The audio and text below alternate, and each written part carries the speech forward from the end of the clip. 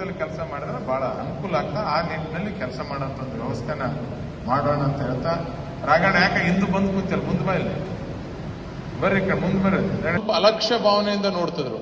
ಆದ್ರ ಈಗ ಹಂಗಲ್ಲ, ಬಹಳ ಗೌರವದಿಂದ ಬಹಳ ಪ್ರೀತಿಯಿಂದ ಒಂದು ವಿಶ್ವಾಸದಿಂದ ನೋಡೋಂಥ ಒಂದು ಕೆಲಸ. ಅದಕ್ಕೆ ಯಾಕೆ ಕಾರಣೀಭೂತರು ಯಾರಪ್ಪ ಅಂದ್ರೆ ನರೇಂದ್ರ ಮೋದಿ ಸಾಹೇಬರು.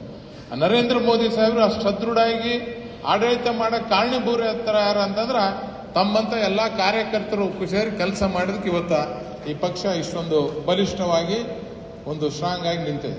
ಹಂಗಾಗಿ ಇವತ್ತು ನಾನು ನಿಮ್ಮ ಹತ್ರ ರಿಕ್ವೆಸ್ಟ್ ಮಾಡೋದಿಷ್ಟೇ, ನಾವು ಏನು ಅಭಿವೃದ್ಧಿ ಕೆಲಸ ಮಾಡಿದೀವಿ, ಏನು ಮಾಡಿದೀವಿ, ಹೆಂಗ್ ಸೋತೀವಿ ಅದ್ರೆಲ್ಲ ಬಗ್ಗೆ ಗೊತ್ತಿದೆ. ಅದ್ರ ಬಗ್ಗೆ ನಾನೇನು ಹೆಚ್ಚಿಗೆ ಮಾತಾಡಕ್ ಹೋಗ್ಲ. ಇನ್ಮೇಲೆ ಹೆಂಗ್ ಸೋತೀವಿ ಅನ್ನೋದ್ರ ಬಗ್ಗೆ ಮಾತಾಡೋದು ಯಾರು ಬೇಡ. ಎಷ್ಟು ವರ್ಷ ಅಂತಿದೆ ಸೋತಿದ ಬಗ್ಗೆ ಯೋಚನೆ ಮಾಡಮ್. ಏನೋ ಆ ಟೈಮ್ ಬಂತು, ಕೆಟ್ಟ ಟೈಮು, ನಮ್ಮಿಂದ ಏನೋ ತಪ್ಪುಗಳಾಗಿದ್ದು, ನಮ್ಗಳಿಂದ ಏನೋ ಮಿಸ್ಟೇಕ್ಗಳಾಗಿದ್ದು, ನಮ್ಮ ಸರ್ಕಾರದಿಂದ ಏನೋ ಮಿಸ್ಟೇಕ್ ಆಗಿದ್ದು, ಏನೇನೋ ಸಮಸ್ಯೆಯಿಂದ ಸೋತೀವಿ. ಅದನ್ನು ಬಿಟ್ಬಿಡೋಣ. ಈಗಿನ ಚುನಾವಣೆ ಎಷ್ಟು, ಇನ್ನೊಂದು 2 ವರ್ಷ ಅದು. ಹೆಂಗ್ ಗೆಲ್ಲಮ್ಮ ಅನ್ನೋದ್ರ ಬಗ್ಗೆ ಚಿಂತೆ ಮಾಡಿದಾಗ ಮಾತ್ರ ಮುಂದೆ ಗೆಲ್ಲಕ್ಕೆ ನಮ್ಗೆ ಅನುಕೂಲ ಆಗ್ತದೆ. ಹೊರತಾಗಿ ಇಷ್ಟೆಲ್ಲ ಮಾಡಿ ಸೋತೀವಿ ಅಂತ ಕುಂತ್ರೆ ಏನೂ ಆಗಲ್ಲ.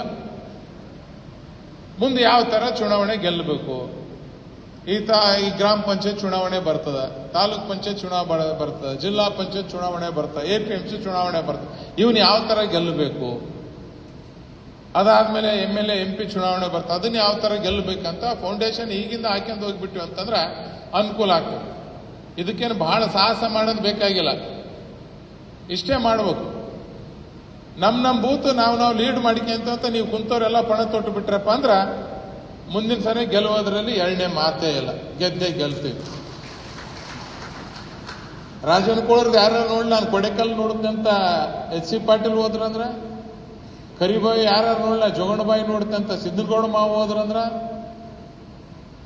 ನಿಮ್ ಬೂತ್ ಬಿಟ್ಟು ಬೇರೆ ಬೂತ್ ಲೀಡ್ ಮಾಡ್ತಂತ ಹೋದ್ರಂದ್ರೆ ಗೆಲ್ಲಕ್ ಆಗಂಗಿಲ್ಲ. ಎಲ್ಲರೂ ಬೇರೆ ಊರಾಗ ಎಲ್ಲರೂ ಚಲೋ ಇರ್ತೀವಿ. ಸುಮ್ಮನೆ ಅವ್ರಿಬ್ರು ಹೆಸರು ಉದಾಹರಣೆಗೆ ಹೇಳಿ ನಾನು, ಬೇರೆ ಊರಾಗ ಎಲ್ಲರೂ ಚಲೋ ಇರ್ತೀವಿ.